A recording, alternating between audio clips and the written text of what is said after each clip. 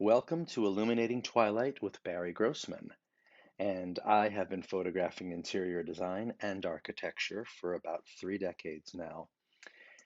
In today's lesson, we are going to take a look at a couple of examples. This really cool exterior that we did at our last workshop will be the first, and this is what a lot of us encounter as a twilight shoot. When we have the time and we have the tools, we want to paint with light in an effort to create something special, in an effort to make our twilight images really come to life. And I'm going to show you a couple of real simple light placement techniques, and of course, our Photoshop masking to take a few layers and turn it into something kind of special. We're also going to take a look at this interior shot. Not all twilight images are created equal. And for me in my work, I have a few clients that still want to have that magic hour kind of twilight vibe, even when I'm shooting daytime pictures. And so this technique that we're going to look at is going to help you the next time you want to create an evening look and discuss light placement, strategy, and of course, how to layer this all together simply in an effort to come up with something that, comes to life and feels like a twilight image. For me, my inspirations typically come from old films and what house exterior is more iconic than this one.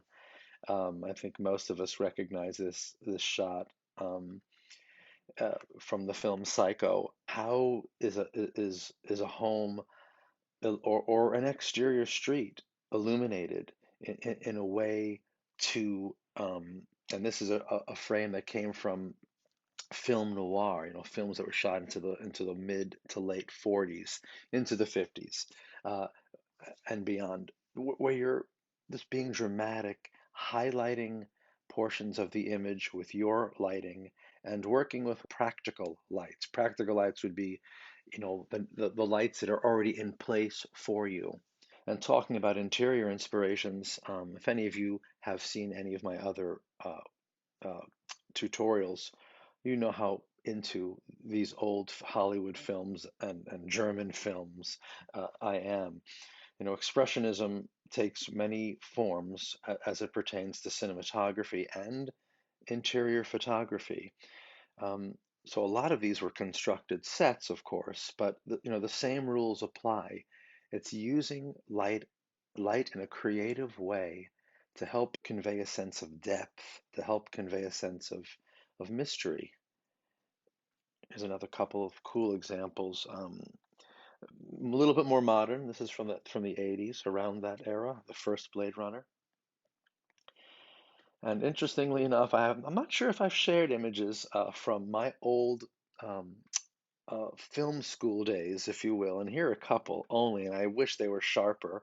I don't have a great screen capture for some of my old work, but you can see how I was inspired by those old films to do, work um, when I was studying cinematography and when I eventually became a professional cinematographer.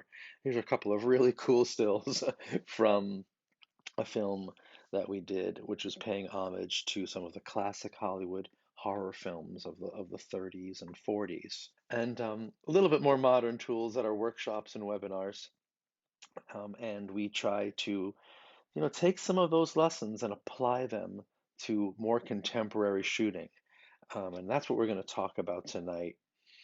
Oh, and this is pretty cool because this is a little behind the scenes series of photos from the street scene that we're going to be demoing in this tutorial. So this is cool. This was done at our last workshop in 2021. Incidentally, we have a new one scheduled for 2022. So depending upon when you're viewing this, maybe you'll have the opportunity to sign up and work with us. Illuminating Twilight. That's the subject of today's tutorial.